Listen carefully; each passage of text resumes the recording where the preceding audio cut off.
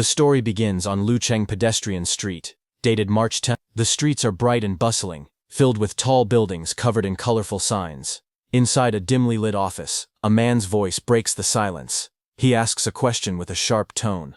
"Kid, do you know what it means to borrow 5 million yuan from me?" A plant glows faintly under the light, while in the background, several men sit around a table. One of them, Zhang Yang, the boss of the Dihai gang, and an underground moneylender in Lucheng, leans back in his chair. He smirks, explaining that his interest rates are quite high.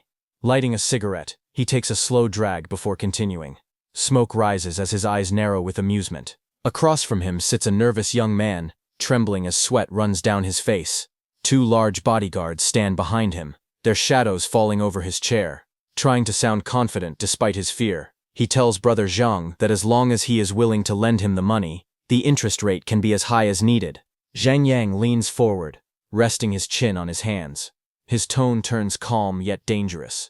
He says all right, and tells the boy that it will be 4% daily interest. He will lend him 5 million, and he must pay back 7 million half a year later. He also tells the boy to write an IOU for 7 million first. Then Zhang Yang's eyes glint coldly, as he adds that, at the same time, he must provide collateral of equal value. The young man trembles as he nervously holds out a document. His voice shakes as he speaks, telling brother Zhang that it is his house's property deed, and asking him to take a look. Zhang Yang takes the paper and examines it with a faint smile. He comments that the house is a bit old now, and worth only about 3 to 4 million yuan at most. In his mind, he scoffs, thinking how foolish it is for someone to use a large flat apartment over 140 square meters for a high-interest loan. To him, it is like a sheep willingly walking into a wolf's den. Leaning back in his chair, Zhang Yang says with a smirk that the young man named Chen cannot borrow 5 million with just that house. He tells him plainly that the deal can't be done. Panicked, the young man clasps his hands together and pleads. He begs brother Zhang not to refuse him, saying that even 4 million yuan would be enough. He tries to sound confident, claiming he has consulted a master who said his luck is good recently, and that he would earn the money back several times over soon. Zhang Yang relaxes in his chair, resting his arms behind his head. He says he can only lend 3.5 million yuan, claiming that any more and he would lose money.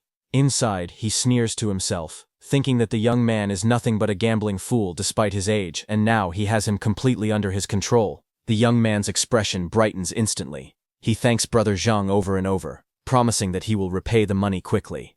Zhang Yang leans forward with a cold smile, resting his chin on his clasped hands. He tells the young man that since he has agreed to the terms, he must pay back 4.9 million yuan within 3 months.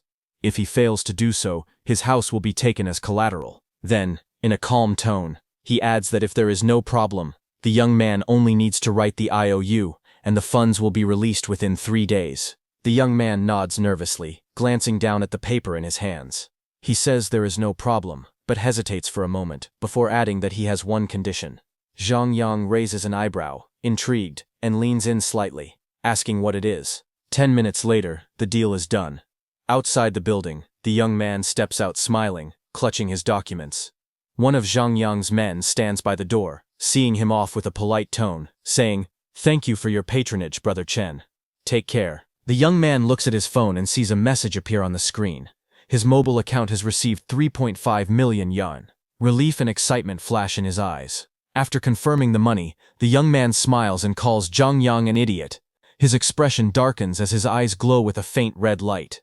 A cold smile creeps across his face. He whispers to himself that the apocalypse will descend in 1 month, and when that happens, who would be left to repay this useless loan? With the money now in his hands, he vows to prepare well this time. He does not intend to live the same miserable life he lived in his previous one. In his previous life, a catastrophic natural disaster had struck the blue star. It was a terrifying event that completely altered the planet's ecosystem.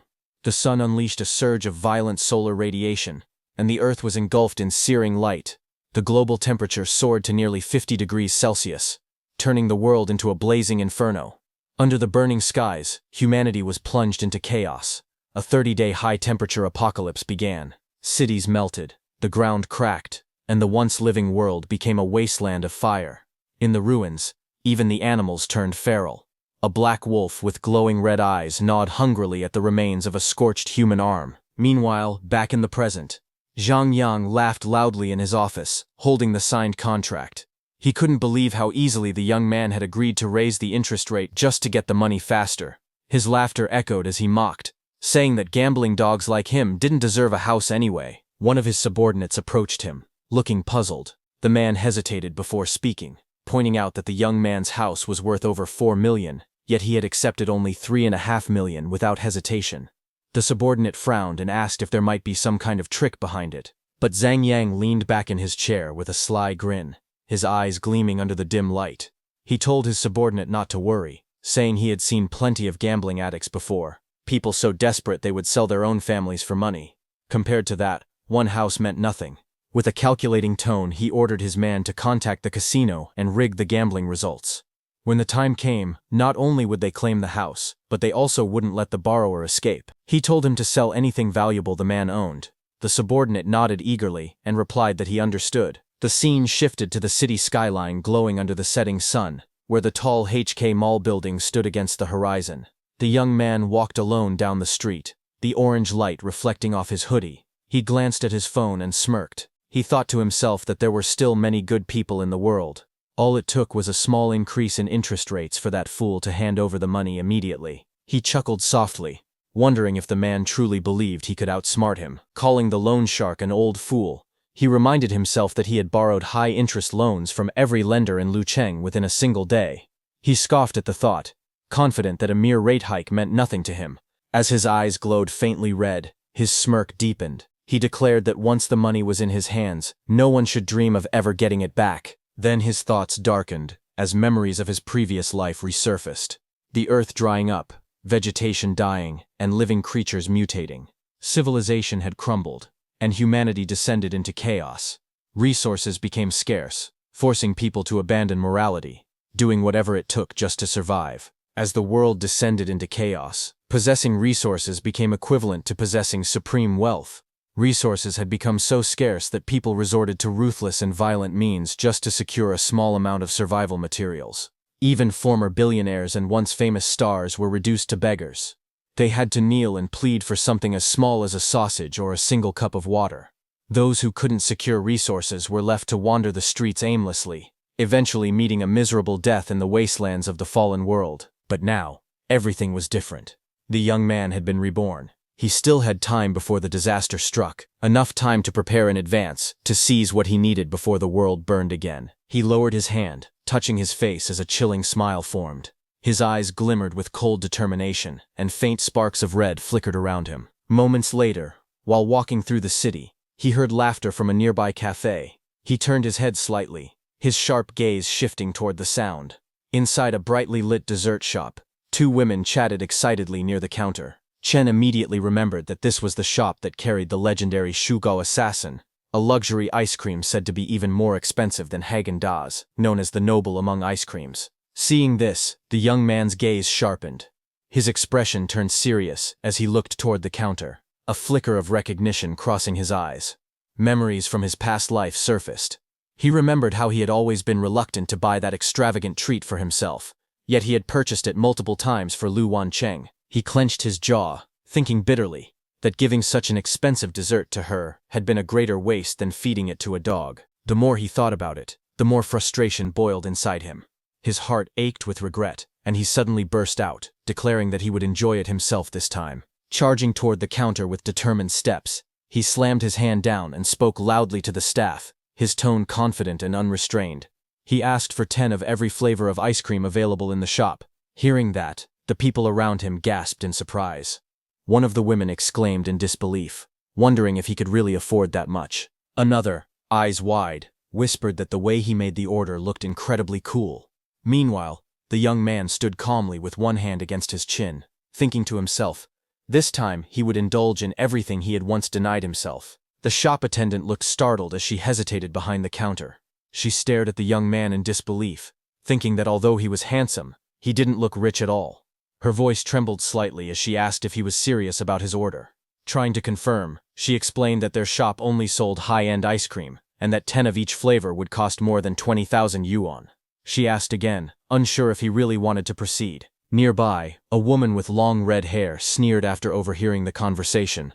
With a mocking smile, she said that someone like him, dressed so plainly, couldn't possibly afford such luxury. She laughed arrogantly and added that if he truly managed to pay for it, she would kowtow to him in public. The young man's eyes narrowed as he turned toward her. His tone calm but sharp. He asked if the words she had just said were true. The woman's smile faltered, her expression turning defensive. She snapped back, asking if he really expected her to bow to him, demanding to know what kind of person he thought he was to act so arrogantly. But the young man only smirked, his expression turning cold and confident. He told her that he was offering her a way out, but since she insisted on provoking him, she would definitely end up kowtowing. His voice lowered as he added with chilling certainty that not even God could stop it now, he had already spoken it into existence. The woman's face twisted in anger as she shouted at him, but the young man only smiled faintly, unfazed by her outburst. Turning toward the counter, he calmly instructed the shop attendant to pack all the ice cream in the store, saying that he would take everything. As the staff hesitated, he pulled out his phone and displayed his account balance, a staggering 20 million yuan. The woman's confident expression froze instantly, while the attendant's eyes widened in shock. Trembling, she stammered that she needed to confirm with her manager, and quickly hurried away. Moments later, the store manager arrived, bowing politely. He introduced himself as Fei Qi and asked what Mr. Chen required. The young man looked relaxed, his tone composed as he told the manager to calculate the total price of all the ice cream in the store and added casually that they wouldn't need to open for business today. Hearing this, Manager Fei blinked in disbelief, but quickly nodded with a respectful smile. He told the young man to wait for a moment as he checked the inventory, secretly astonished. He muttered to himself, wondering what kind of big shot would buy up an entire month's sales revenue in one go. He thought about how few people ever purchased such expensive ice cream. Most customers only came to admire it. After a brief calculation, the manager returned and announced that the merchandise currently on display was worth 70,000 yuan, while the total stock, including the inventory, was around 1 million yuan. Hearing this, the young man smirked slightly. He thought to himself that it wasn't all that expensive after all. Since the apocalypse was coming anyway, he might as well empty their entire stock after all. If the world ended, he could simply sit at home and enjoy his ice cream in peace. Chen Xiao calmly told the manager that he would transfer a deposit of 300,000 yuan first, and instructed him to deliver all the ice cream from their inventory to his address as soon as possible.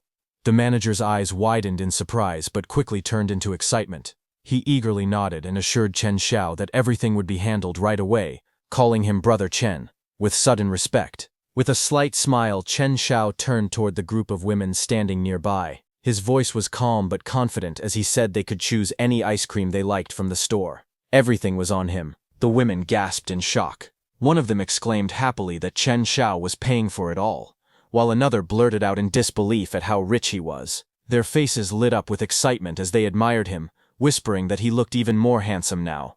Chen Xiao stood tall with a relaxed grin, his arms open in a confident gesture. Then his expression shifted slightly as he turned his gaze toward the red-haired woman who had mocked him earlier. His tone turned sharp as he reminded her that his offer excluded her. He was still waiting for her to keep her word and kowtow to him. The woman froze, her confidence vanishing. Her lips trembled as she tried to speak but only managed to stammer weakly. Moments later, unable to bear the humiliation, she dropped to her knees before him, bowing her head low to the ground. Chen Xiao looked down at her with a calm smile, standing tall and composed as the others stared in stunned silence. He then looked calmly ahead, his eyes half-lidded, and his voice steady as he remarked that the woman should have known better than to show off. The scene then shifted to a peaceful view of a riverside lined with cherry blossom trees, petals drifting gently through the air under the glow of a warm sunset. Chen Xiao sat on a wooden bench, holding a popsicle in one hand, and taking a bite with a relaxed smile. He nodded to himself and commented that the ice cream, fittingly named Assassin, truly lived up to its reputation. Its taste and texture were exceptional. As he leaned back, he muttered softly while eating, but midway through his words, he lifted his hand. A sudden surge of blue light appeared, twisting the air in front of him. A dark, square-shaped portal shimmered into existence, surrounded by glowing energy lines. Chen Xiao explained to himself that his ability could keep anything inside it perfectly preserved, allowing him to enjoy fresh ice cream anytime he wanted. He smiled, amused by the thought, and casually flicked a small blue bag into the glowing portal. With a confident tone, he said that with this power, inviting over any star or young model wouldn't be a problem. Just thinking about it made him feel excited. Chen Xiao raised his hand as a black, glowing square appeared before him.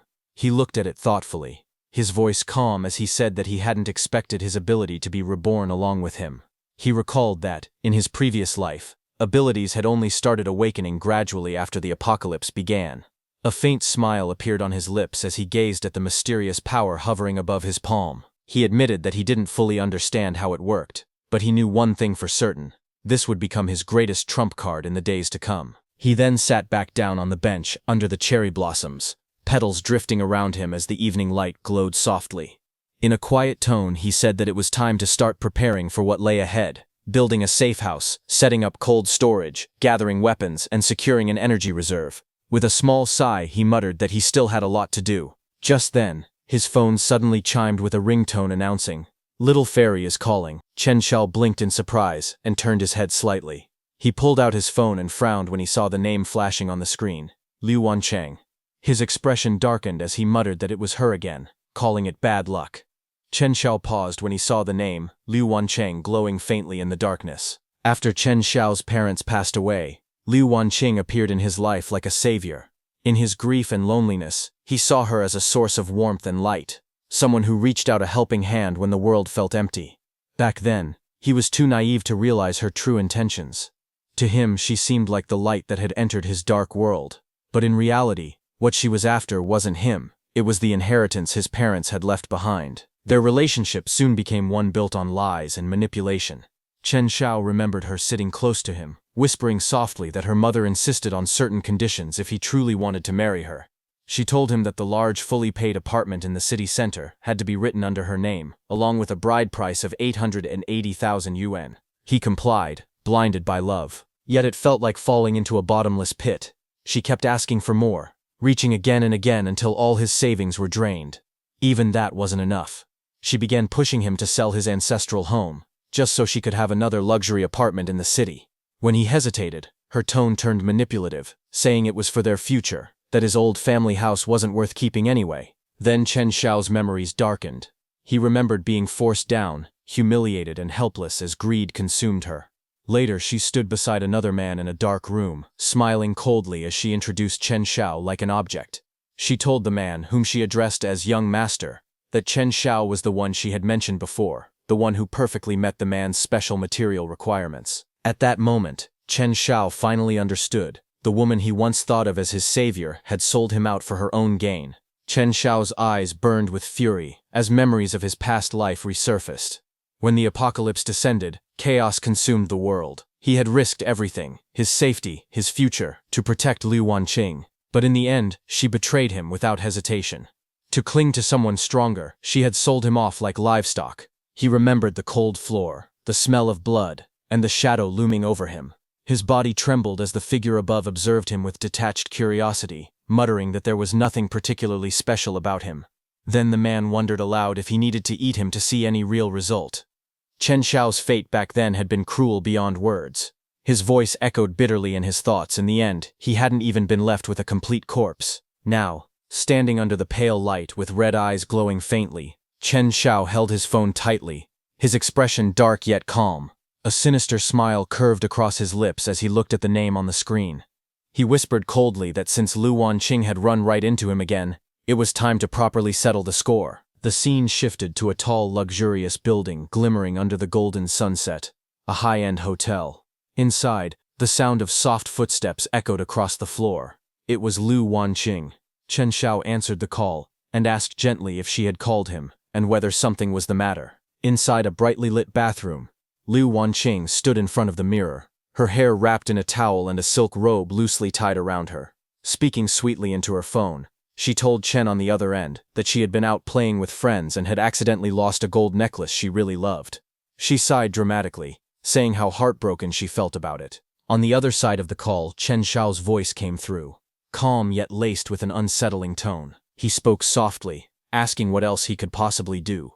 Of course, he said, he would buy his dearest darling a new one. His voice deepened into a faintly mocking tone as he added that one wasn't enough. She could buy 10 and wear them alternately if she wished. Hearing that, Lu Wanqing blinked in surprise at his sudden generosity. Her expression softened slightly, curiosity mixing with disbelief. She asked when he had suddenly become so generous. Calmly, Chen Xiao told her he had been lucky lately, that he had invested a bit in virtual currency and made a small profit.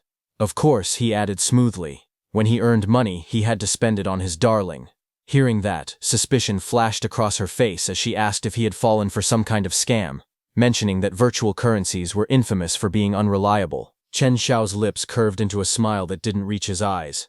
He replied that whether it was a scam or not didn't matter. What mattered was whether he could make money in the next round. He said that small games were boring, and this time he planned to play big. Then his tone shifted subtly, becoming more serious. He mentioned that he was preparing to borrow a large amount of capital to invest even more. The loan, he explained, required a witness. Speaking with a dark smile forming on his face, he asked her to help him out, promising that once the deal was done, he would give her 5% of the loan amount as payment for her hard work. While Lu Wanqing stood in her bathrobe, hearing Chen's plan, a man's voice suddenly questioned her from nearby. He asked why she was taking so long, wondering what was making her drag her feet. Lu Wanqing immediately hid her phone and turned toward the man with a composed expression. She quickly smiled, stepping closer with a playful tone. Wrapping her arm around him, she called him honey, telling him sweetly that she would be ready soon, and asking him to wait for her. As she leaned against the older man, her eyes glimmered with calculation. Inwardly, she thought about how spending one night with this old man only earned her 5,000, yet Chen Xiao's offer for signing a document would give her 50,000. To her, it seemed like an easy choice. She dismissed any thought of risk, reasoning that it was only a signature. Besides, she believed Chen Xiao was too much of a coward to dare deceive her. A moment later, the call between them ended. Chen Xiao looked down at his phone screen, which displayed call ended. A faint, dark smile spread across his face, as his crimson eyes glowed with determination. He whispered coldly to himself, saying that he would wait for Lu Wanqing. Chen Xiao's voice continued in the background. He said quietly that it was now time to build his fortress. He met an architect, and, with a commanding tone, pointed to the building site, and ordered that within 1 month, he wanted the place transformed into an impenetrable fortress. Chen Xiao stood in front of the building, his eyes sharp as he began listing out detailed construction plans. He explained that the windows would need to be made of bulletproof composite glass with invisible anti-theft mesh, and the walls reinforced into 3-meter-thick bulletproof exteriors. The entire structure needed to withstand earthquakes with a resistance rating of 8 or higher. He pointed upward, his expression confident, adding that the roof would be completely paved with solar panels and have an independent power generation system. To maintain air quality, it would also include an air purification and filtration system to block any external toxic gases. The architect standing before him, a man in glasses holding a laptop, began nervously reading from his notes. He explained that the fortress would include an independent ecological system capable of supplying 72 hours of oxygen and water circulation. It would also have explosion-proof doors, and the entry would require dual verification, both biometric recognition and a mechanical lock. Chen Xiao's voice grew firm as he summarized the plan, declaring that within 1 month, the entire building must be rebuilt into an impact-resistant fortress, equipped with a complete life support system. The architect stared at him, stunned by the absurd request. His thoughts raced as he wondered if Chen Xiao was some sort of doomsday prepper or just delusional from watching too many sci-fi movies. Chen Xiao narrowed his eyes, stepping closer and asking if the architect couldn't handle the job. He reminded him that his resume claimed he was a defense master who had designed bunkers for top billionaires. The man stammered nervously, adjusting his glasses as sweat ran down his temple. He admitted that Mr. Chen's requirements were indeed unique and of extremely high quality, but hesitated, mentioning that the main issue would be the budget. The architect pushed his glasses up, a sly grin spreading across his face as he thought to himself that Chen was just another rich fool brainwashed by doomsday theories, someone with too much money burning a hole in his pocket. But his expression shifted dramatically the moment Chen showed him the transfer confirmation on his phone. His eyes widened, and he almost stumbled backward in shock. Chen had already deposited 1 million as a down payment, saying calmly that the final payment could be named by the architect himself. Hearing that, the architect froze for a second, then burst with excitement. He shouted that the final payment would be whatever price he chose.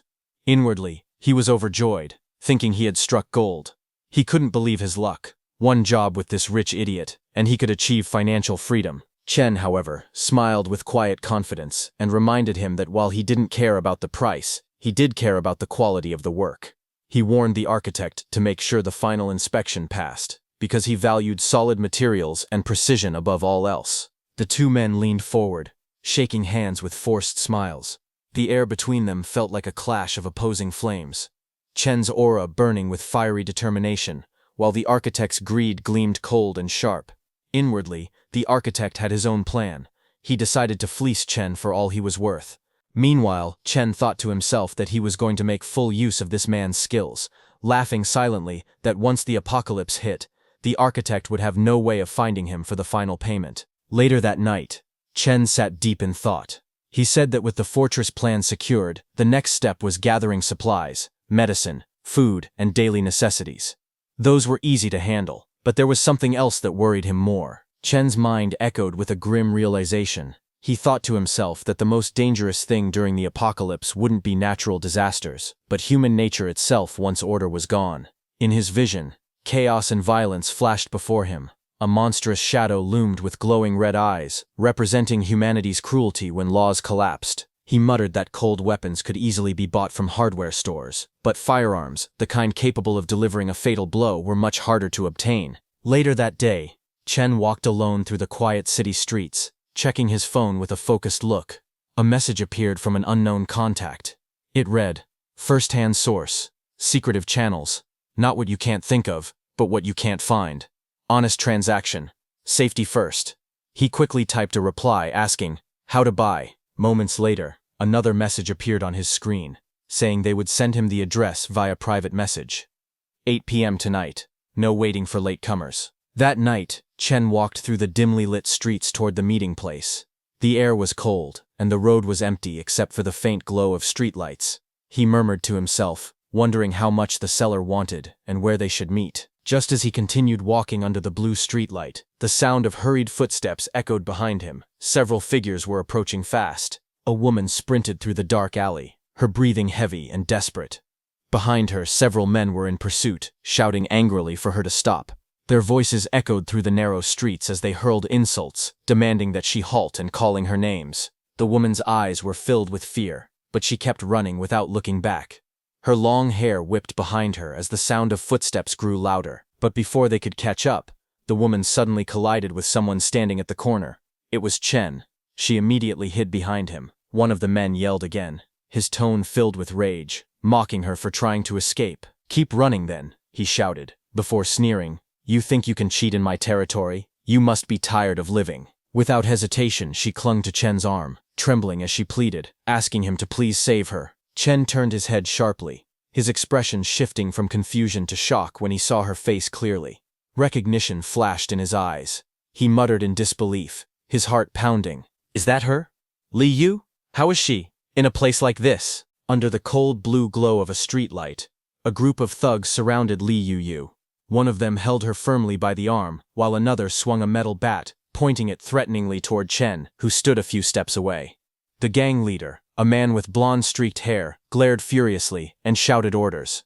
Li Yu struggled desperately, her voice trembling as she cried out, her hair disheveled and her face twisted in pain. Seeing this, Chen's eyes darkened, and he muttered her name under his breath, Li Yu. Memories flickered through Chen's mind. Images of their school days resurfaced. He remembered her clearly, the academic goddess from middle school, the girl countless boys had admired from afar. Back then, she was bright, confident, and full of promise. Now, standing before him, she was a shadow of that memory, bruised, trembling, and pleading for help. Chen's jaw tightened, his gaze cold and focused. The tension in the alley thickened. It was clear that he was no longer just a bystander. His expression hardened as he listened to the thug gripping her hair and shouting in rage, demanding that she hand over the money. "Otherwise," the man growled, yanking her head back, "don't even think about leaving." One of the thugs, a man with blonde-streaked hair, sneered with a twisted grin as he spoke to his bald companion. He suggested that there was no point in wasting time talking. If the woman couldn't pay, he said mockingly, she could simply pay with her body. His tone was filled with cruelty and amusement. Before they could act further, a calm but firm voice cut through the night. Chen stepped forward, his expression cold and his presence commanding. A faint green light shimmered around him as he told them to let her go. The men turned, startled by the interruption. The woman's captor hesitated, still gripping her by the hair, while the others exchanged glances. The leader frowned, irritation flashing across his face, and shouted angrily, "Where did this reckless kid come from, trying to play the hero in front of me? I'll cripple you first. He lunged forward with fury, his fist swinging toward Chen with deadly intent. But in that instant, Chen's eyes narrowed, a chilling red gleam flashing in his gaze. In a blur of motion, Chen moved faster than the thug could react. His body turned sharply, and before the attacker could finish his swing, Chen dodged and got into a perfect position to counterattack. Chen's hand shot out, grabbing the attacker's wrist mid-swing. A sharp crack echoed through the alley, halting the assault in an instant. The bald man screamed in agony, shouting that his hand was broken. Before he could react further, Chen's expression turned cold. His red eyes glowed faintly as he lunged forward with terrifying speed. His fist struck the man squarely, sending him flying backward and crashing into the ground. Just as the alley fell silent, a glowing blue system window appeared before Chen, displaying detection of intense negative emotions. Fear plus severe pain, anger. A moment later, another notification flickered. Negative emotion harvesting system has activated successfully. Chen Xiao stood amidst the swirling smoke, a faint smile crossing his lips as he reacted with surprise. He realized that this strange system hadn't existed in his previous life. Suddenly, one of the thugs grabbed the silver-haired woman, pulling her close and pressing a weapon to her neck. With a crazed expression, he shouted for Chen Xiao not to move, threatening to kill her if he did. Before Chen Xiao could react, a man suddenly appeared and threw a brick directly at the thug. The brick slammed into the man's face, sending him flying backward as he smashed through debris, bricks and dust scattering through the air. The woman gasped in shock, barely believing what she had seen. The remaining two thugs froze, their eyes widening in horror as a heavy block of debris landed right beside them, making them flinch in fear. Just then, a new figure appeared at the end of the alley. He stepped forward with a cocky grin and mocked the scene, saying it was shameful for a group of grown men to gang up on a single girl. Enraged by the taunt, one of the bald thugs raised his bat, charging forward furiously while shouting that they were asking for death. The thugs rushed in, swinging their weapons recklessly. Chen Xiao moved first, his expression calm but sharp. With a swift motion, he deflected one attack, his hands striking with precise force. At the same time, the new boy launched a powerful kick, sending another thug flying backward. The alley echoed with heavy impacts as bodies hit the ground one after another. Chen Xiao's eyes glowed faintly red, his movements too fast for the eye to follow. In an instant, he appeared in front of another thug and delivered a clean, devastating punch that sent the man reeling. Working in perfect sync, both men struck at the same time. Chen Xiao's fist slammed into one attacker's jaw, while his companion's kick sent another crashing onto the pavement. As the last remaining thug staggered, Chen Xiao clicked his tongue in mild annoyance before finishing him with a single decisive blow. The man collapsed to the ground, gasping in pain as Chen Xiao's foot pressed down on his chest, leaving the entire street silent. Chen Xiao and the new boy stood tall under the streetlights, their feet pressing down on the fallen thugs. The defeated men groaned in pain, unable to move. Chen Xiao's red eyes narrowed slightly as he muttered a single word, "Scram." Hearing that, the thugs panicked, scrambling to their feet and fleeing in terror. As they ran, a system notification appeared before Chen Xiao's eyes, stating that he had gained 1 fear, 1 panic, 1 severe pain, 1 despair, and 1 humiliation point. Another notification followed, informing Chen that his negative emotion value had exceeded 10 for the first time. Space expansion permission unlocked. A third notification appeared, urging Chen to work hard to harvest, grow bigger, and become stronger. As the men disappeared into the distance, Chen glanced at the fading system window and smirked faintly. Harvest negative emotions? Interesting, he murmured. Moments later, the purple-haired girl he had saved looked up at him, her voice trembling with relief. She thanked him, saying she hadn't expected to meet him there. Chen Xiao extended a hand toward her, his tone softening slightly, as he asked if she was hurt. He then handed his jacket to the girl, telling her to put it on. She looked at him, her expression gentle with gratitude, and thanked him sincerely. She explained that she had something urgent to do and needed to leave right away. Chen Xiao simply nodded and told her to be careful. After she left, the man in the colorful shirt grinned and stepped forward, teasingly calling Chen Xiao a hero for saving a beautiful woman. He introduced himself as Mu Chang and asked for Chen Xiao's name. Chen Xiao replied calmly, saying that he was the one who had arranged to meet Mu Chang. Hearing that, Mu Chang's eyes widened in surprise before he burst into laughter, calling it fate that they had run into each other. Then, striking a dramatic pose, Mu Chang shouted his code phrase, "Heavenly King covers Earth Tiger." Chen Xiao raised an eyebrow and looked at him with a straight face, replying, "You are 250. Mu Chang froze in confusion, completely dumbfounded. Just then, the system suddenly activated in Chen Xiao's mind. A glowing blue window appeared above Mu Chang's head, displaying detection of intense negative emotions. Dumbfounded, +1. Bewilderment, +1. Embarrassment, +1. Chen Xiao was shocked to see this and stared at Mu Chang in awkward silence, the atmosphere turning strangely comical. Chen Xiao raised his hand playfully and shouted with a grin, jokingly saying, "Pagoda suppresses river demon."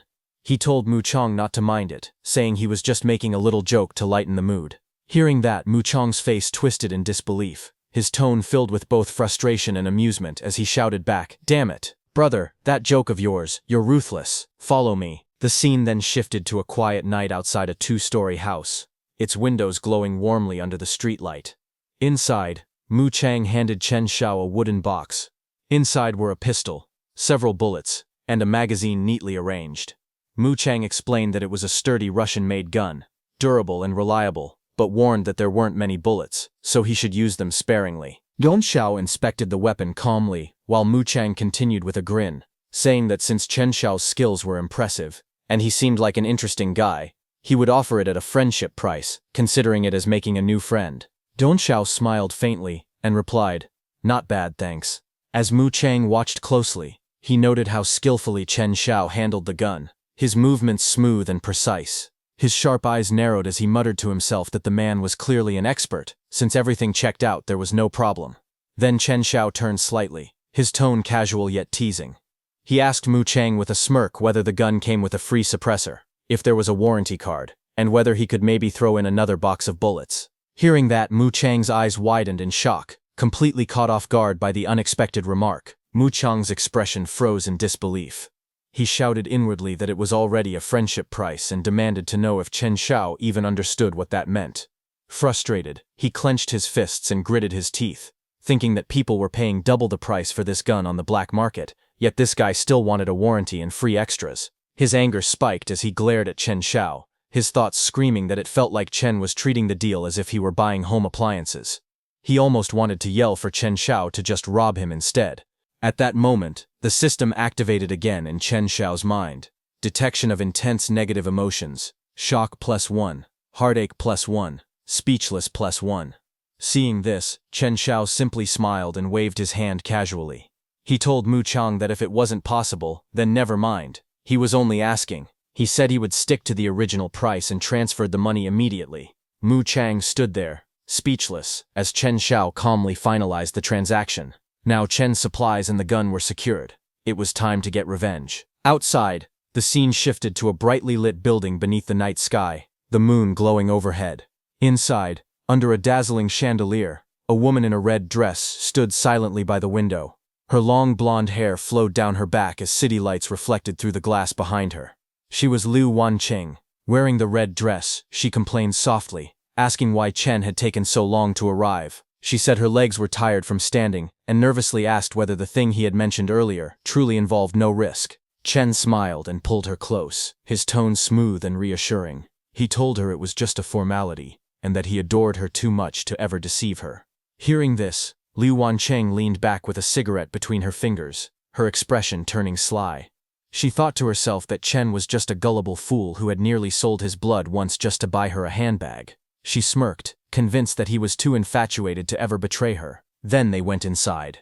In the room, Zhang Yang sat across from her, flanked by 2 bodyguards. He praised her confidence and said with a grin that her signature was beautiful. Lu Wanqing smiled faintly, unaware of the trap she had just walked into. Zhang Yang, wearing a cunning smile, watched as her signature appeared on the contract. Inwardly, he mocked her, thinking that she believed she was only signing as a guarantor, when in truth, once her name was written, the entire debt would belong to her. As she signed, the scheming man's thoughts grew darker.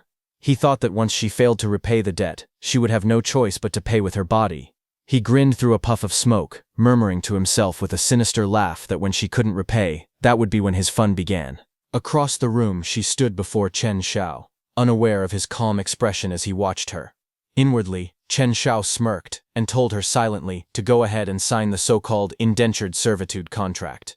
He thought that her greed would perfectly cover the final payment for his safe house, Everything went unexpectedly smoothly, and he quietly thanked Lu Wanqing in his mind for making things so easy. Later that night, Chen Xiao stood outside a newly constructed building beside the architect, who proudly gestured toward it. He assured Chen that everything inside was reinforced to 120% of military standards, complete with heat insulation, soundproofing, explosion resistance, and anti-drilling layers. He boasted that the house could even withstand several nuclear bombs. Chen Xiao inspected the structure and nodded in approval. With a faint smile, he commented that the quality was good. The man, wearing dark sunglasses, grinned widely and said Chen could come back anytime if he needed more work done. Afterward, Chen Xiao sat alone in his new home, placing a case on the table as the television played in the background. The news anchor's voice filled the room, reporting that due to unprecedented, super-strong solar flare activity, the world was about to experience continuous extreme high-temperature weather on a global scale.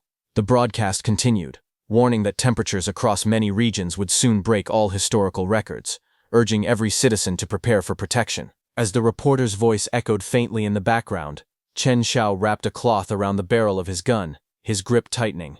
He lifted the weapon and pressed it against his temple with a faint smile, whispering a single word, "Finally." His crimson eyes sharpened with determination. The reflection of burning light danced within them as he turned toward the massive window, his expression calm and resolute.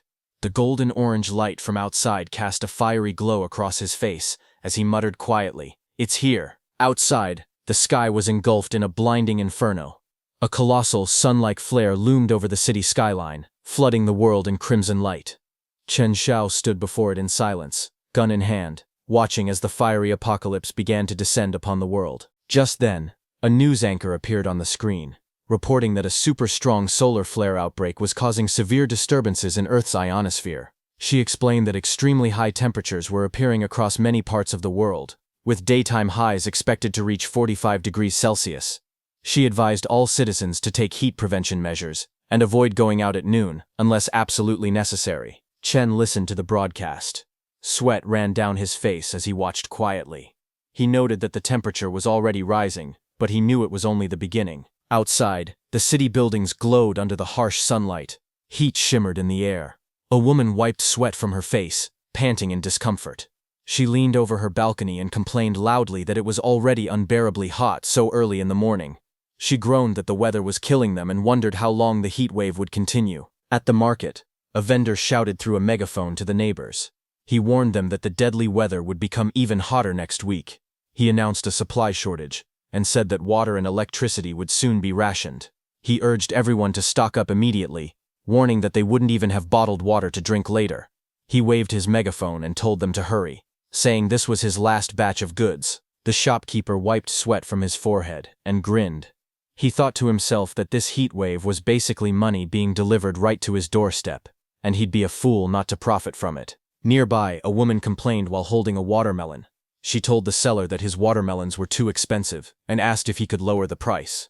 Another woman stood beside her, also sweating from the heat. When the seller looked at the women, his eyes sparkled with excitement. His face turned red as he stared at them, completely captivated. He hurried over with a smile, saying the melons were very sweet, and asking if they wanted to taste one. He then offered a deal. If they bought 2, he would give them a 20% discount and include a pack of tissues for free. The women stepped back nervously. One of them quickly replied that buying 1 melon was enough. The seller leaned forward eagerly, telling them that if the nights were too hot, they could always visit his place and enjoy the air conditioning. Flustered, the woman repeated that they would only buy 1. The seller insisted again, telling them to buy more and stock up because the heat was getting worse, and there might not be any fruit left to sell tomorrow. Just then, from behind, an old man pointed at the water bottles and asked the shop owner if he could make the water cheaper. The owner stubbornly refused, saying it was a small business and there would be no bargaining. Outside the store, the shop owner wiped sweat from his face while carrying a box. Behind him, Chen walked past, watching silently. Chen narrowed his eyes as he saw that shopkeeper. He immediately recognized him as Li Dafu, who was being troublesome again. Chen remembered that in his past life, inside Li Dafu's shop, he had crouched down to pick something up from the floor. Li Dafu stood behind him with his arms folded, looking down suspiciously. Just as Chen touched that thing, Li Dafu shouted loudly for everyone to come and look. He accused Chen of stealing, and claimed he had caught him red-handed. Chen shook his head in panic. He said he didn't steal anything, and only wanted to pick up the item because it had fallen to the ground. Li Dafu mocked him, asking if he could really be that kind-hearted. Li Dafu grabbed Chen's arm tightly. Chen cried out as he was pulled up. Li Dafu glanced at Chen's clothes and sneered, saying that just by looking at how shabbily he was dressed, he could tell that Chen had sticky fingers. He demanded that Chen pay up, or he would send him straight to the police station. The crowd surrounding them began whispering among themselves. Some adults clicked their tongues, saying that someone so young should know better, and questioning why he would steal. Another voice remarked that they couldn't understand how his parents had raised him. Someone else pointed out that his silence meant he must be admitting the crime. Chen lowered his head, sweat running down his cheek as he trembled. In a small voice, he insisted that he hadn't stolen anything. Back in the present, remembering all that, Chen pushed through the crowd with a calm expression. He walked forward slowly. Suddenly, something caught Chen's attention, and he looked to his side. Inside the store, a display of Ace potato chips stood with a sign that read, "Store Manager's Recommendation, 50 yuan per pack." Li Dafu, who was running the shop, stood nearby, looking annoyed as he overheard complaints. Chen questioned him, asking if the chips were made of gold or if they could somehow prevent heat stroke, wondering why they were priced so high. Li Dafu glared intensely, sweat beading on his face as he held several water bottles against his side. His expression twisted with anger and suspicion. A system window suddenly appeared, flickering with streams of numbers. It reported that Boss Li's strong negative emotions had been detected. Disgust, Li Dafu then rushed forward, shouting furiously. He yelled that anyone who couldn't afford the goods shouldn't touch them, demanding to know if Chen could even pay for anything he might break.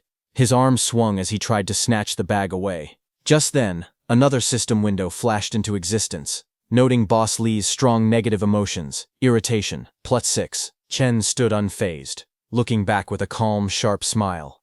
He asked Boss Li if he could really sleep at night while hoarding so many treasures. He warned him jokingly to watch out for thieves. Boss Li froze for a moment, speechless, a drop of sweat rolling down his tense face. Then, an angry Li Dafu pointed a shaking finger at Chen and shouted. He demanded to know who Chen was cursing, warning that he would beat him if he didn't stop. He called him a coward and asked if the heat had made him lose his mind. As Li Dafu raged, Chen lifted his hand calmly. He told Boss Li to calm down and then asked if he had been experiencing insomnia, strange dreams, soreness in his lower back and knees, night sweats, and fatigue recently. Hearing this, Boss Li hesitated. He admitted that he had experienced those symptoms a bit. Boss Li then wondered aloud if his warehouse really had feng shui problems. Hearing that, Chen clicked his tongue and stepped closer with a serious look. He pointed at Boss Li's forehead and said that it was dark. He grabbed Boss Li's face from the side and added that his eyes were unfocused. Chen spun Boss Li in panic as both comments hit him at once. Chen then stood confidently, tapping his chin with a knowing smile. He declared that this was a classic case of deficiency. Hearing that, Boss Li exploded in anger, pointing his finger while shouting that Chen was the deficient one, and that his whole family was deficient. He ordered him to get lost. Chen stayed calm. He reached out and took a lollipop from a rack, speaking evenly as he advised Boss Li to take care of his health.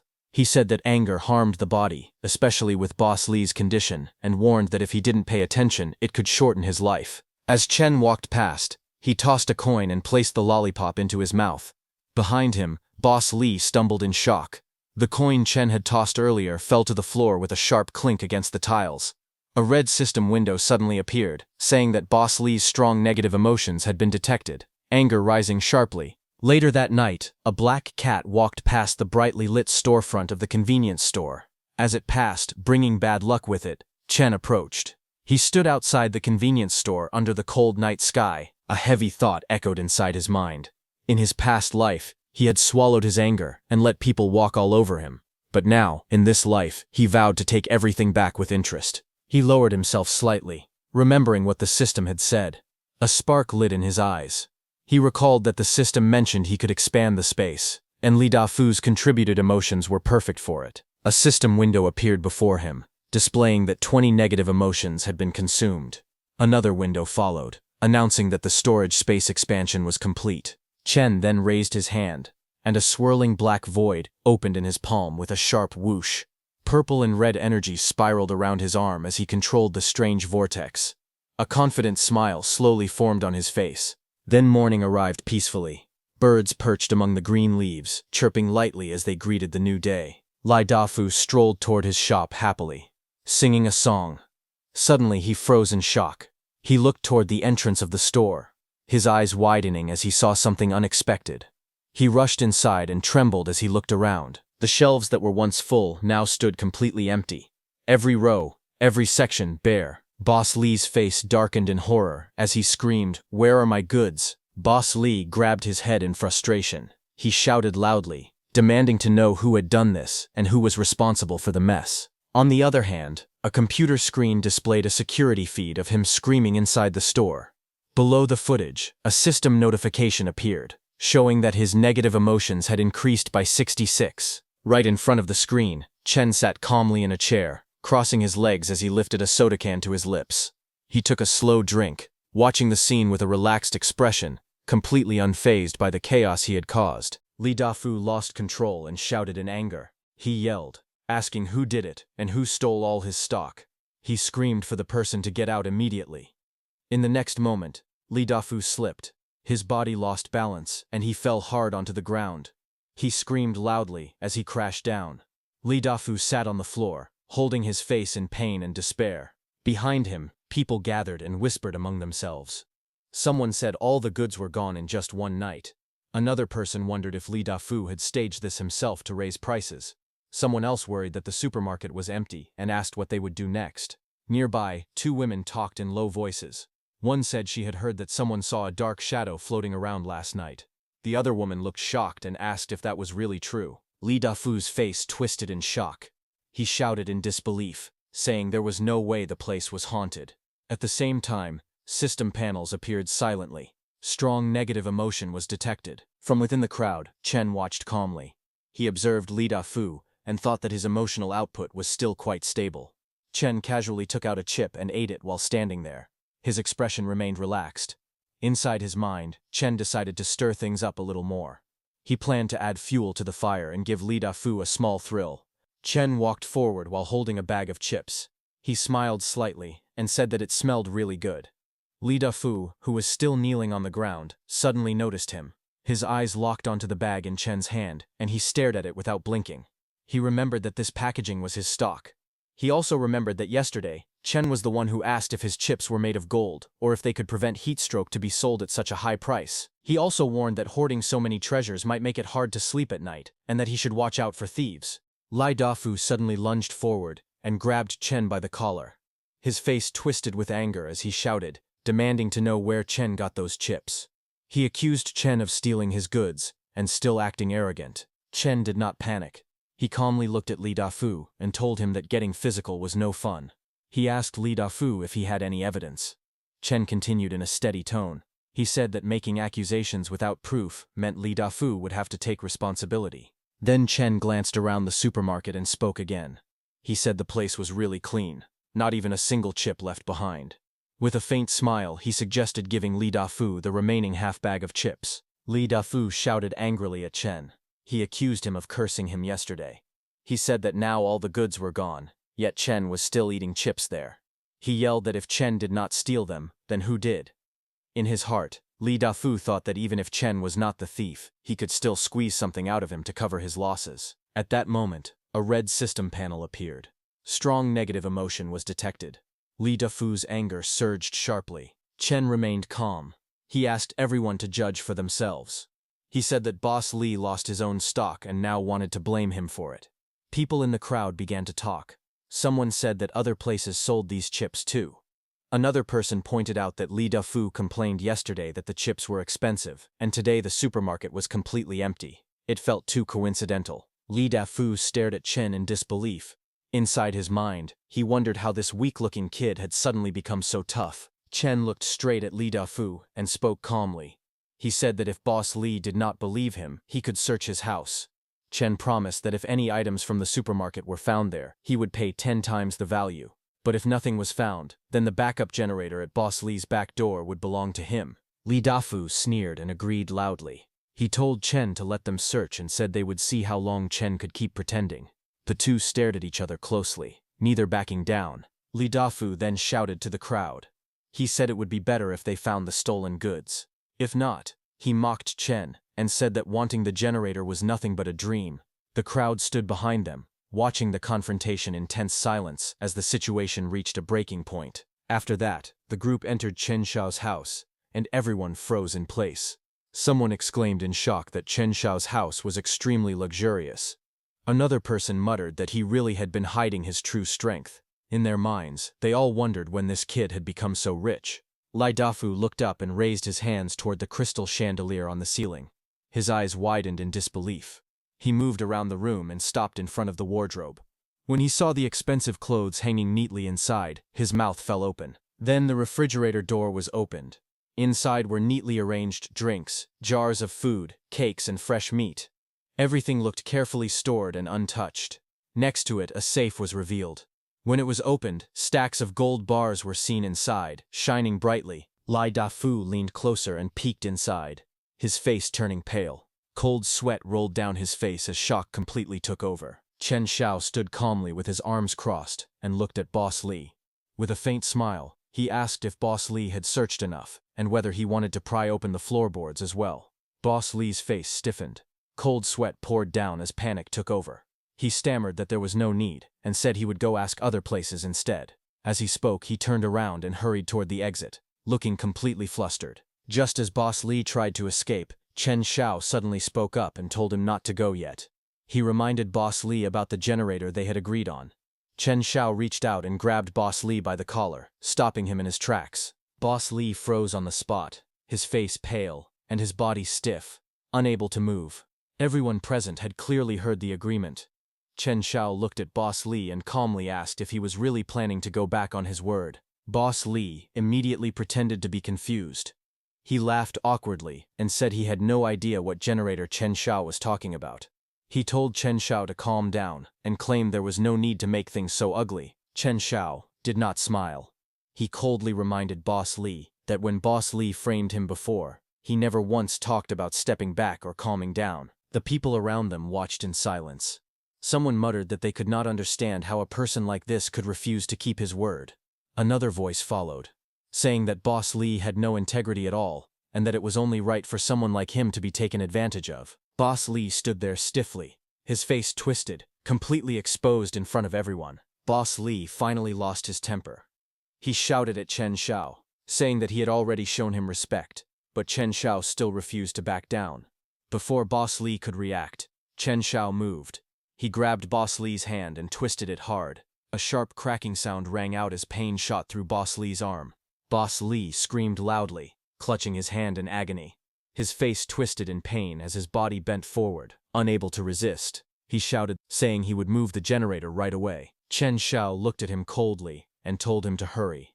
He warned that once the temperature rose later, it would be impossible to go outside. He calmly reminded Boss Li that power would be rationed in a few days, and without a generator, Li Dafu would have no way to cope. A system notification appeared at once. Strong negative emotions were detected. Humiliation surged, pain increased sharply, and fear spiked even higher. Chen Xiao turned away calmly, standing straight as if nothing had happened. The room fell silent, and no one dared to speak. Just then, a phone suddenly rang on the table. The caller name on the screen was Lu Wanqing. As soon as the call connected, Lu Wanqing spoke anxiously. She told Chen Xiao that for the past 2 days, a few people had been following her. From their behavior, they looked like debt collectors. Chen Xiao frowned slightly as he listened. Lu Wanqing sounded upset and confused. She asked him if he had not said that she was only signing papers.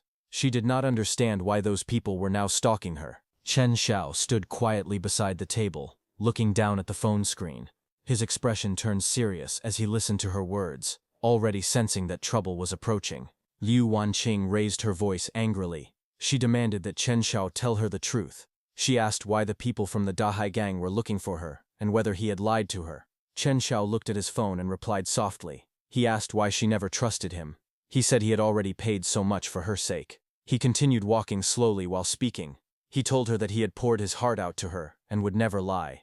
Hearing her accuse him made him feel very sad. As the call continued, Chen Xiao's expression turned cold. In his mind, he thought that the group from the Dahai gang was even more impatient than he had expected. Chen Xiao spoke into the phone while standing in front of the refrigerator. He calmly asked whether the people from the Dahai gang knew where Lu Wanqing lived yet and what they had said to her. Lu Wanqing answered quickly. She said they did not know her address. She explained that she took small roads and managed to shake them off. Her tone turned sharp. She demanded to know what was really going on and warned Chen Xiao not to play tricks on her. Chen Xiao leaned against the wall, listening quietly. After a short pause, he spoke again in a steady voice. He told her not to overthink it, and suggested that she might have mistaken someone else for them. He then sat quietly at the table. In front of him was a plate of food, with his phone lying on the surface. On the phone screen, Lu Wanqing suddenly froze. Her eyes widened as she noticed the food on the table. She asked Chen how he could still have things like that. Chen Xiao calmly lifted a can of soda and took a sip. He replied casually that it was not just those things. He said he still had plenty in stock. On the phone screen, Lu Wanqing looked at him in surprise and asked if he really had a lot. As she lay on the sofa holding her phone, her thoughts raced. The heatwave had lasted for many days. Supplies were now only available to the rich. She could not understand where he got so much food from. A thought crossed her mind. Maybe he had really become rich. Chen Xiao spoke casually while drinking. He said that food like this tasted best when the weather was hot. He picked up his fork and took a piece of salmon. He ate it calmly, without any hurry. On the other side of the call, Lu Wanqing stared at the screen in shock. Her eyes widened as she recognized the food. She could hardly believe it was salmon. Her heart beat faster. She hugged her phone tightly and shouted in her mind that she really wanted to eat it too. Chen spoke softly through the phone. He asked Lu Wanqing if she had enough food over there. Lu Wanqing continued in a low voice. She said she was really scared living alone. She felt like those people were still nearby and could show up at any time. So she asked Chen if she could stay at his place for a few days. She lay on the sofa, holding her phone close. Her voice softened as she added that she could keep him company. Chen Xiao picked up another piece of salmon. Inside his mind, he mocked quietly, thinking that Lu Wanqing had fallen for it too easily. He spoke into the phone in a calm tone. He said the weather would only get hotter later, and it would be inconvenient for her to go outside. He then reminded her of what she used to say before. He said she always told him that a girl should not casually give her address to others, acting mysterious and never letting him visit. After that, Chen Xiao spoke again. He told her to send him the address, and he would pick her up later tonight when it cooled down. On the other side, Lu Wanqing smiled. She said that was all in the past. The situation was special now, and since he was her boyfriend, he should protect her. She added that if he did not protect her, then who would? As she spoke, she sent him her address and leaned back on the sofa, holding her phone with a relaxed expression. Chen Xiao looked at his phone and spoke calmly. He told her to wait obediently at home and make sure not to run around. On the other side, Lu Wanqing lay on the sofa with her legs raised, holding her phone. In her heart she thought that a simp was still a simp, easily moved by a little sweetness. Chen Xiao lowered his gaze.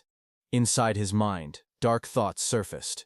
He thought about how she used to act proud and distant, never even letting him enter her community. Now she had willingly sent her apartment number, just for a bite of food. Just as he was thinking, someone suddenly knocked at his door. Outside, a woman stood with a child beside her. She raised her hand and called out, asking Chen Xiao to open the door. Chen Xiao walked toward the entrance and stopped in front of it. He opened the door slightly and looked outside. With a calm smile, he asked Auntie Wong if something was wrong. Auntie Wong smiled as she spoke. She said Chen Xiao's place felt cool. Her air conditioner was broken, and the child could not endure the heat. She said they were all neighbors and should help each other, asking to come inside and stay for a while. Chen Xiao looked at her quietly. He then spoke coldly. He reminded her of the past. He said that when he was little, he and his mother picked up plastic bottles downstairs. Back then, Auntie Wong pointed at them, called them poor beggars, and even told security to chase them away. He asked her if she remembered him now. Auntie Wong's face changed. She suddenly shouted angrily and lashed out. She pointed at Chen Xiao and shouted that it was all from many years ago, her voice sharp and impatient. She accused Chen Xiao of holding a grudge and yelled that he had no human touch at all. Chen Xiao responded calmly, almost casually. He said that was fine. He said he might not have any human touch, but he did have air conditioning. Auntie Wong turned away in rage. Her anger burst out completely. She suddenly cursed him loudly. She shouted that he was heartless, and said he deserved it when his parents died early. As she slammed her hand against the door, a system notification appeared. Strong negative emotion detected. Anger increased sharply. After that, Chen turned away from the door and walked back into the room. On the table, his phone lay beside a SIM card. Chen Xiao picked it up and inserted the new SIM into the phone, holding it in one hand. He called the Dahai gang leader. Chen Xiao held the phone to his ear and spoke in a low voice. He said that he knew Lu Wanqing's address. He told the Dahai gang that he had already sent it over and that she lived alone, making her very easy to find. After the call ended, Chen Xiao stood quietly on the balcony. Sunlight fell across the room behind him. He looked down and softly spoke her name, Lu Wanqing, thinking that the show had begun. Lu Wanqing stood in front of the mirror and looked at herself. A satisfied smile appeared on her face. She thought that soon she would be able to move into Chen Xiao's air-conditioned room. In her mind, she imagined Chen kneeling in front of her, and believed that only this kind of easy and carefree life was worthy of her. She sat comfortably, enjoying the cool air, looking relaxed and confident. Later, she lay on the bed and lit a cigarette, holding it lightly between her fingers. Her expression was calm, as if everything was already under her control. Suddenly, a knock sounded at the door. Lu Wanqing turned her head in surprise and got up. She walked to the door and opened it slightly. With a smile, she spoke casually, asking why he had arrived so early. Inside her heart, she mocked silently, thinking that he was truly eager and easy to manipulate. But Lu Wanqing's eyes widened in shock.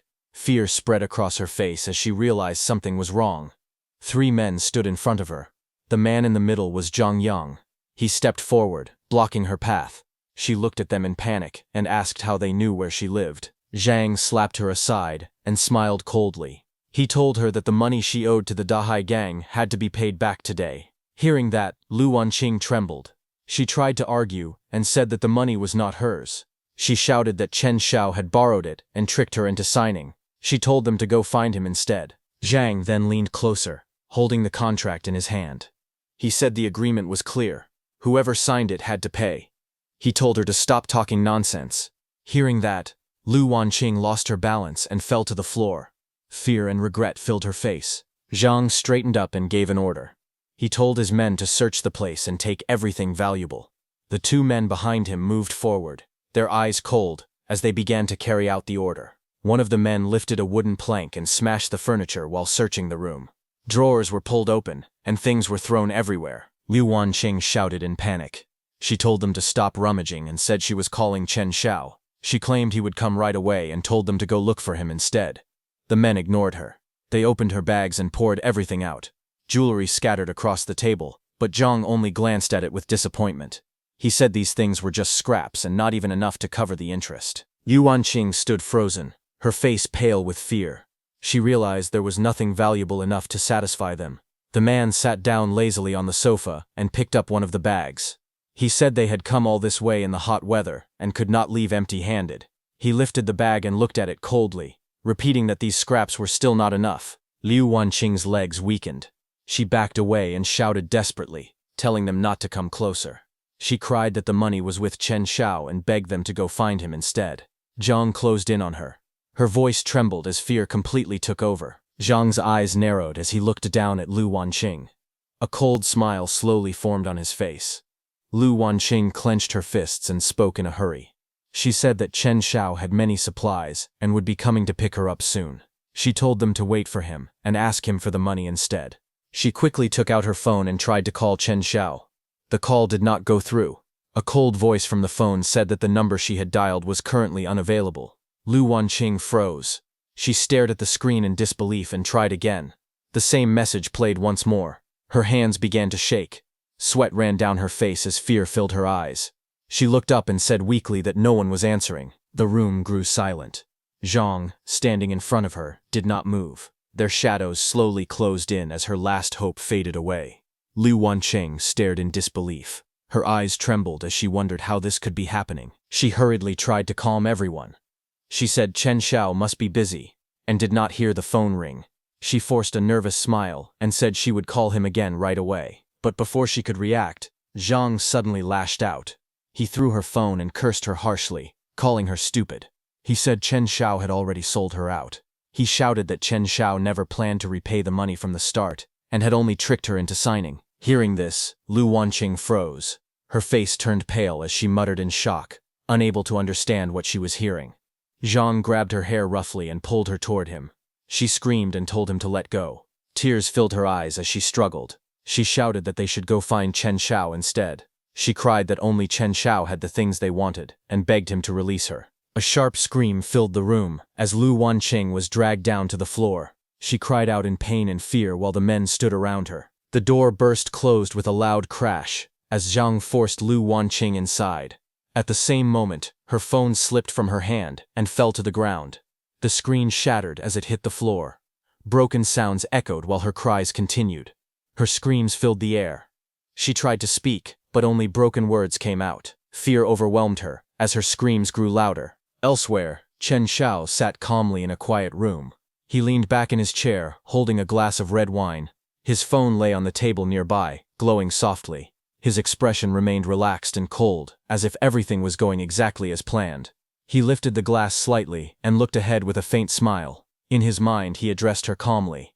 He wished Lu Wanqing a good taste of the apocalypse passion. Some time later, Lu Wanqing's quiet apartment building stood under the city lights. One window was lit, while the rest remained dark. Inside the room, Zhang sat up while dressing, his back facing forward. Not far away, Lu Wanqing curled up on the bed. She hugged her knees tightly, her face buried near her hands. Tears fell as she sobbed again and again. Zhang then grabbed a cup from the table. The cup hit the surface with a hard sound. Zhang stepped closer and grabbed Lu Wanqing by the chin, forcing her to look up. He asked what good things were at Chen Xiao's place and told her to say it again. With tears streaming down her face and fear in her eyes, Lu Wanqing answered in a broken voice.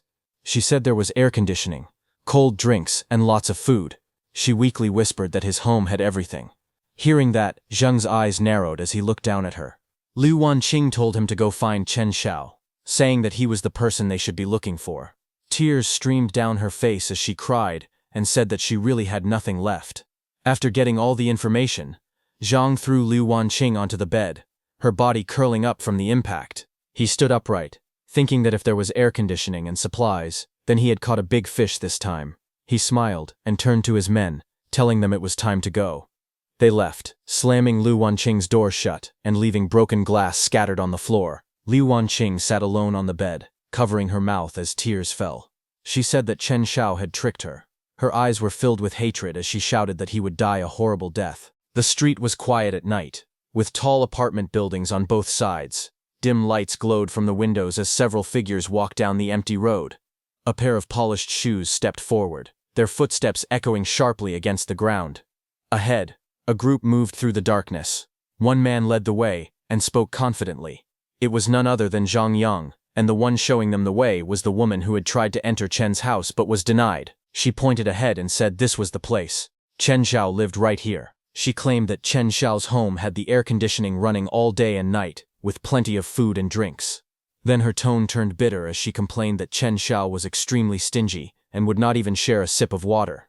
Hearing that, Zhang sneered and told the woman leading them that she had done well. He promised that once they got the supplies, she would receive plenty of benefits. Hearing that, she leaned forward with a flattering smile and thanked Brother Zhang, praising him as generous and saying it was no wonder he could become a big boss.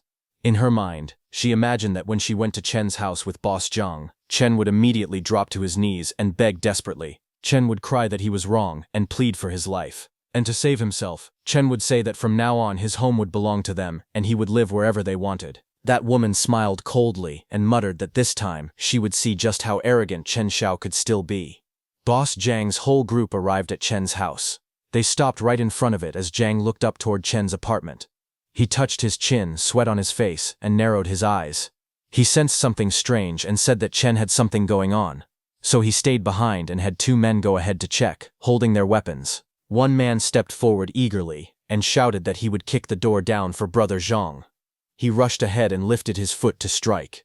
At that moment, a blue electric light suddenly flashed beneath his leg. Sparks crackled as his foot froze in midair. The man screamed in pain as electricity wrapped around his body. His weapon slipped from his hand and fell to the ground. Another man stood nearby holding a blade, watching in shock as the screaming continued. That man was electrocuted and fell to the ground. The other men looked down at the fallen figure and cursed angrily. They mocked him, asking why he suddenly cramped up. Blue electricity continued to crawl over the fallen man's body as he lay spread out on the ground. His fingers twitched as he tried to move. Just as those two men grabbed the clothes of the man lying on the ground, the electric current surged again. Both of the guys were hit by the powerful electricity. They screamed loudly, begging for help as the lightning wrapped tighter around their bodies. Seeing that, the others froze in place. Their faces stiffened as they stared ahead, unable to understand what was happening. Just then, above them, a small loudspeaker slid out silently from the rooftop. The group looked up together. Their expressions turned blank, eyes wide with shock. No one spoke as confusion filled their faces. The loudspeaker suddenly activated, and Chen's cheerful voice echoed through the night, repeating words of blessing about good luck, joy, love, and prosperity spreading in all directions. The message continued to play again and again, its tone calm and festive, completely out of place in the tense night. At the same time, blue electric light burst out across the ground. Lightning surged violently and wrapped around those three men. Their bodies were thrown into the air as the current struck them hard. Painful screams filled the air. One man cried out in agony as electricity coursed through his body. The sound of electricity crackling drowned out everything else. Zhang cursed loudly in fear and anger as he staggered back, barely keeping his balance. Others rushed forward with weapons in their hands, but their steps faltered when they saw the lightning spreading across the ground. Blue electric arcs crawled along the surface like living snakes, blocking their path. A system notification popped up right in front of Chen, saying it detected intense negative emotion. Shock increased by 45, then 36, and then 22. Far away from the chaos, inside his quiet room, Chen leaned back comfortably in a chair. His legs rested casually, and he held a remote control in one hand. On the screen in front of him, the scene outside played clearly, showing the attackers being struck by electricity. He watched calmly, his expression relaxed. With an amused tone, he spoke softly. He commented that their luck was actually not bad. He pointed out that one of them had stepped directly onto the protective electric grid with a single foot. Zhang stepped forward angrily, gripping his weapon tightly. His face twisted with rage as he shouted at Chen Shao, telling him to stop playing tricks. He said that paying back debts was a matter of principle. He demanded that Chen Shao return the money, so everything could be settled. The woman beside him immediately echoed the accusation. She pointed at Chen Shao and shouted that he clearly had money to renovate his place. With a sneer, she questioned how Chen Shou's parents had raised him. The group glared upward, their anger burning hotter by the second. Inside the apartment, Chen Shao sat calmly in a chair. His posture was relaxed, one leg crossed over the other. He held a green popsicle loosely in his hand, his expression composed and cold. The noise outside did not disturb him at all. He spoke in a steady voice. He addressed Brother Zhang directly, and stated that the market price of his apartment was 4 million. He calmly pointed out that this amount was more than enough to cover the 3.5 million debt. Chen Shao's lips curved slightly as he continued. He said that as for Lu Wanqing's debt, they should go find her themselves. He asked what that matter had to do with him. Hearing that, outside, Zhang stood in the street and stared up at the building. His expression stiffened as the words sank in. His face tightened, sweat ran down his forehead, and his eyes widened with anger and disbelief. Inside his mind, his thoughts churned. He realized that in the current situation, supplies were everything. Money no longer mattered the way it used to. His jaw clenched as frustration and fury mixed together, leaving him grinding his teeth in silence. Chen Shao calmly held the popsicle to his lips, his expression relaxed. He spoke in an even tone, addressing Brother Zhang. He said that a wise man knows how to submit to circumstances. Since he was in a good mood, he suggested that they part on good terms. His gaze remained cold as he continued. He warned that if they kept looking for trouble, he would no longer be so polite. Saying that, Chen Shao extended his hand and pressed the red button on the table without hesitation. Outside, blue electric light exploded across the ground. Lightning surged violently, spreading in all directions. A sharp scream rang out as those people were struck by the current. Electric arcs twisted and snapped through the air. One of the men cried out desperately, shouting that he could not hold on anymore. His body convulsed as the electricity wrapped around him, bones visible through the glowing blue light. Red system panels appeared in the air, flashing warnings, saying that intense negative emotions had been detected. Pain rising sharply, followed by overwhelming despair. Brother Zhang and the remaining men stood frozen, watching their man's condition. Finally, Zhang turned and shouted furiously while retreating. He cursed Chen Shao, yelling that the Dahai gang would never let him off. As they fled into the night, another system panel appeared silently, recording the surge of intense anger. Above it all, Chen Shao remained inside, calm and unmoved, watching as the chaos outside faded away. Seeing all this, the woman's face twisted in fear. Her eyes trembled as dark shadows covered them, and her expression showed deep shock and hatred. Outside the tall apartment building, she was the only one left standing, looking up at the building as she could feel Chen's anger pouring down like flames from the sky. The next day, a warning panel appeared, showing that the temperature had reached 52 degrees. The sunlight was blinding, washing the buildings in white and yellow light. Cars were parked along the road, but the heat made the entire place feel lifeless and suffocating. Inside the apartment, Chen Xiao lay casually on the sofa. He held a bowl of food and ate calmly, saying that it felt refreshing. On the television, a news broadcast played. The reporter warned that recently, many people had died from heat stroke. Citizens were advised to avoid going outside as much as possible. A temperature chart on the screen showed the heat continuing to rise, marked again at 52 degrees. While Chen was watching the news, his phone suddenly vibrated on the table beside him. Chen Xiao turned his head slightly and looked toward the phone. His phone screen was filled with messages from the homeowners group. One message after another appeared, all calling his name. The woman from before accused him of being inhuman, saying he had food, water, and air conditioning, while elderly people and children were dying from the heat. Another message followed, calling him selfish and unfit to be a neighbor. More people joined in. Someone said that in extraordinary times, resources must be shared, or else he was no different from a murderer. Another message said they were about to die from the heat and demanded to know if he felt any shame at all. Someone else directly told Chen Xiao to come out and give everyone an explanation. Chen Xiao calmly lifted a glass of water and took a sip. His expression did not change. With his other hand, he casually slid his finger across the phone screen, scrolling through the messages without haste. As the messages continued to pile up, system panels appeared one after another. One panel showed that intense jealousy had been detected. Another panel followed immediately, reporting even stronger anger. Then suddenly, a larger red system window appeared, announcing that the total negative emotion value had exceeded 1,000 and that rewards were being calculated.